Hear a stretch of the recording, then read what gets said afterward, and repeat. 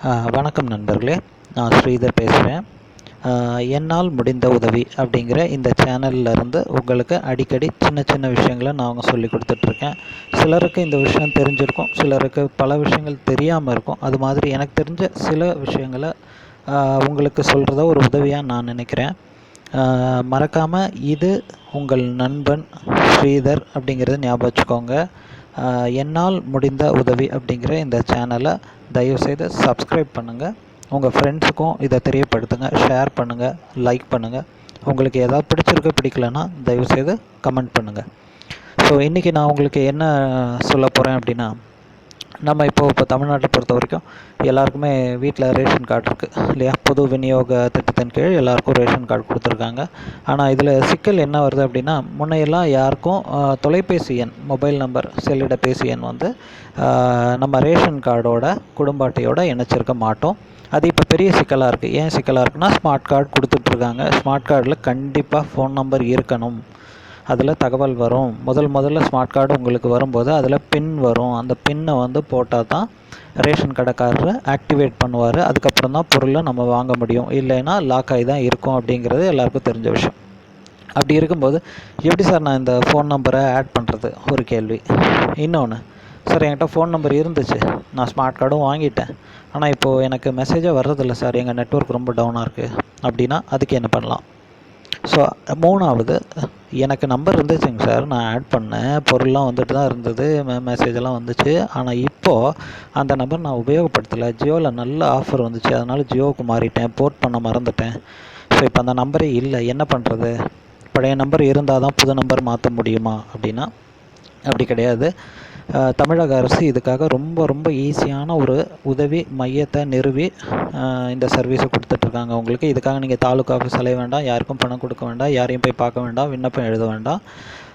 இது பார்த்திங்கன்னா பொது விநியோக திட்டத்தோட இணையத்திலேருந்து, அதாவது டிஎன்பிடிஎஸ் தமிழ்நாடு பப்ளிக் டிஸ்ட்ரிபியூஷனோட வெப்சைட்லேருந்து எடுத்த ஒரு இமேஜ் தான் இப்போ நீங்கள் பார்த்துட்ருக்கீங்க. இலவச உதவி மைய எண்.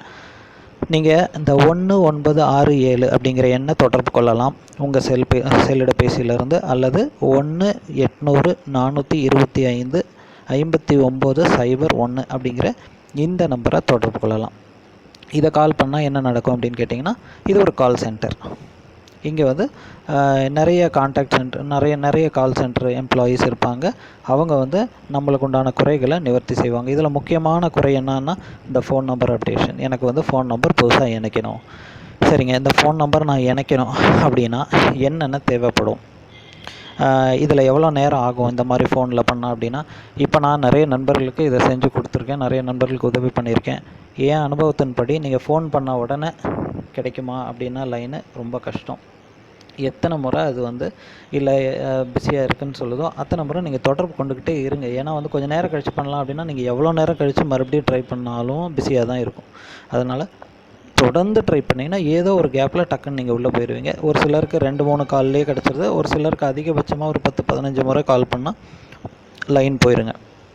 லைன் உள்ளே போனவுடனே எவ்வளோ நேரம் ஆகும் சார், யார் என்கிட்ட பேசுவாங்க அப்படின்னா, தமிழுக்கு எண் 1 அழுத்தவும், இந்த மாதிரியெல்லாம் கேட்கும். ஆட்டோமேட்டடாக அது ரெக்கார்ட் பண்ணியிருக்க வாய்ஸில் உங்கள்கிட்ட கேட்கும். அதுக்கப்புறம் நீங்கள் நியாய விலை கடைக்காரர் என்றால் 1 அழுத்தவும், நீங்கள் உபயோகப்படுத்துவார் அப்படின்னா நீங்கள் 2 அழுத்தவும். அப்படிங்க நீங்கள் 2 அழுத்தி உள்ளே போனதுக்கப்புறம் அங்கேயே கொஞ்சம் நேரம் வெயிட் பண்ணணும்.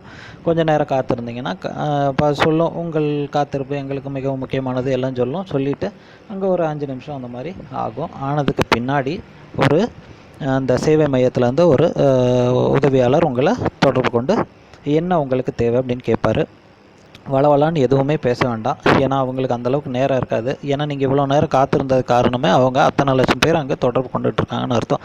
அதனால் வளவலான்னு தயவுசெய்து பேசாதீங்க. பேசுனீங்கன்னா அது மற்றவங்களுக்கு பாதிப்பாக இருக்கும், அவங்களுக்கு லைன் கிடைக்கிறது லேட் ஆகும். சார், இந்த மாதிரி எனக்கு சாரோ மேடமோ யார் பேசுகிறாங்களோ, இந்த மாதிரி எனக்கு என்னோடய ரேஷன் கார்டில் புது நம்பர் பதிவு பண்ணணும், அவ்வளோதான், சிம்பிள். காரணம் தேவையில்லை, என்ன தேவையோ அதை மட்டும் சொல்லுங்கள். சொல்லி முடித்தோடனே அவங்க என்ன ரீசன் எதுன்னு கேட்க மாட்டாங்க அவங்களும், ஏன்னா அது அவங்களுக்கும் முக்கியம் கிடையாது. இப்போ அவங்க அடுத்தது என்ன கேட்பாங்க அப்படின்னா, உங்கள் பழைய ரேஷன் கார்டோட நம்பர் என்னன்னு கேட்பாங்க. அதுவும் முக்கியமாக பழைய ரேஷன் கார்டுங்கிற வார்த்தையை அதிகபட்சம் உபயோகப்படுத்துறதுல உங்கள் ரேஷன் கார்டு நம்பர்னுன்னா டக்குன்னு ஸ்மார்ட் கார்டு நம்பரை சொல்லிடாதீங்க.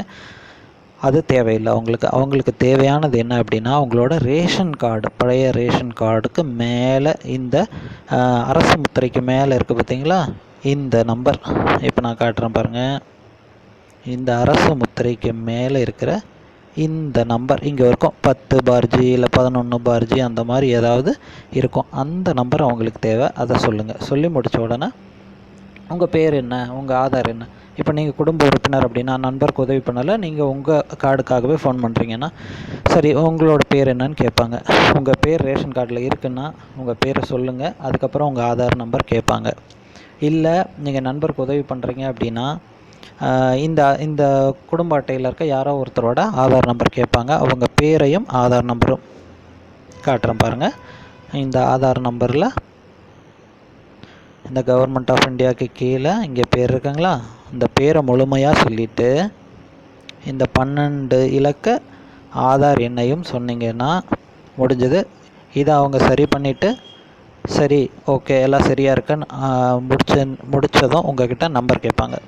சரி எந்த செல்லிடப்பேசி நம்பரை இணைக்க விரும்புகிறீங்கன்னு அந்த நம்பரை நீங்கள் ஒன்றொன்னா தெளிவாக 58 சொன்னீங்கன்னா 88ன்னு பதிவாக வாய்ப்பு இருக்குது. தெளிவாக ஒவ்வொரு எண்ணாக சொல்லுங்கள். ஆங்கிலத்தில் சொன்னால் தான் உங்களுக்கு புரியும்னா ஆங்கிலத்துலேயும் சொல்லலாம். ஆனால் சொல்கிறத ரொம்ப தெளிவாக சொல்லுங்கள். சொல்லி முடித்த உடனே சார் இந்த மாதிரி உங்கள் பதிவு வந்து வெற்றிகரமாக ஆயிடுச்சு அப்படின்னு சொல்லுவாங்க. சார் இது எவ்வளோ நேரத்தில் அப்டேட் ஆகும் அப்படின்னு தயவுசெய்து கேட்க வேண்டிய அவசியம் இல்லை. ஏன்னா இது ரியல் டைம் தான். இது வந்து உடனே எப்போ அவர் வந்து சப்மிட் பண்ணுறாரோ, எப்போ வந்து இந்த விண்ணப்பத்தை அவர் கொடுக்குறாரோ அப்போவே இது அப்டேட் ஆயிரும். நீங்கள் உடனே ஆன்லைனில் போய் உங்கள் நம்பரை போட்டு இந்த மெசேஜ் வருதான்னு பார்த்தீங்கன்னா கூட உங்கள் ரேஷன் கார்டில் இந்த நம்பர் இணைஞ்சிருக்கும். இதில் எந்த சந்தேகமும் கிடையாது. இவ்வளோ தான், சிம்பிளுங்க. 1967 அந்த எண்ணை கால் பண்ணுறீங்க, அல்லது 1-800-425-5901ங்கிற நம்பருக்கு கால் பண்ணுறீங்க. உங்களோட பேர் சொல்கிறீங்க, உங்கள் குடும்ப அட்டையில் நம்பர் இணைக்கணும்னு சொல்கிறீங்க, குடும்ப அட்டையில் இருக்கிற பழைய குடும்ப அட்டையில் இருக்கிற எண்ணை கேட்பாங்க, அதை சொல்கிறீங்க. ஆதார், அதாவது குடும்ப அட்டையில் இருக்கிற யாரோ ஒரு உறுப்பினரோட பெயரும் ஆதார் நம்பரும் கேட்பாங்க, அதையும் சரியாக சொல்கிறீங்க. சொன்னதுக்கு பின்னாடி உங்கள் செல்லிடப்பேசி எண்ணை கேட்பாங்க, அதை பதிவு பண்ணுறீங்க. இவ்வளோ தான் வேலை, சிம்பிள், முடிஞ்சதுங்க. மறுபடியும் சொல்கிறேன், இது உங்கள் நண்பன் ஸ்ரீதர். என்னால் முடிந்த உதவி அப்படிங்கிற இந்த சேனலை சப்ஸ்கிரைப் பண்ணி வச்சுக்கோங்க. இது மாதிரி சின்ன சின்ன விஷயங்கள் உங்களுக்கு தேவையானதை நான் சொல்லிக்கிட்டே இருப்பேன். யாருக்காவது இது ரொம்ப மொக்கையான ஒரு உதவியாக தெரிஞ்சுன்னா தயவுசெய்து இதை வந்து தப்பாக நினச்சிக்காதீங்க. ஏன்னா பல பேருக்கு இந்த விஷயம் தெரியாமல் தாலுக்கா ஆஃபீஸுக்கு போய் வீணாக அலைச்சல் பட்டுக்கிட்டு செலவு பண்ணிக்கிட்டு இருக்காங்க. அதனால் அதெல்லாம் பண்ண வேண்டாம். மிஞ்சி போனால் ஒரு 10 நிமிஷம் வேலை, உங்களோட ஃபோன் நம்பர் உங்களோட ரேஷன் கார்டோடு இணைஞ்சிரும். தயவுசெய்து என்னால் முடிந்த உதவி அப்படிங்கிற இந்த சேனலை சப்ஸ்கிரைப் பண்ணுங்கள், லைக் பண்ணுங்கள். தப்பாக இருந்தாலும் சரியாக இருந்தாலும் கமெண்ட் பண்ணுங்கள். மறக்காமல் ஷேர் பண்ணுங்கள். எங்கெல்லாம் முடியுமோ அங்கெல்லாம் ஷேர் பண்ணுங்கள். ரொம்ப நன்றி.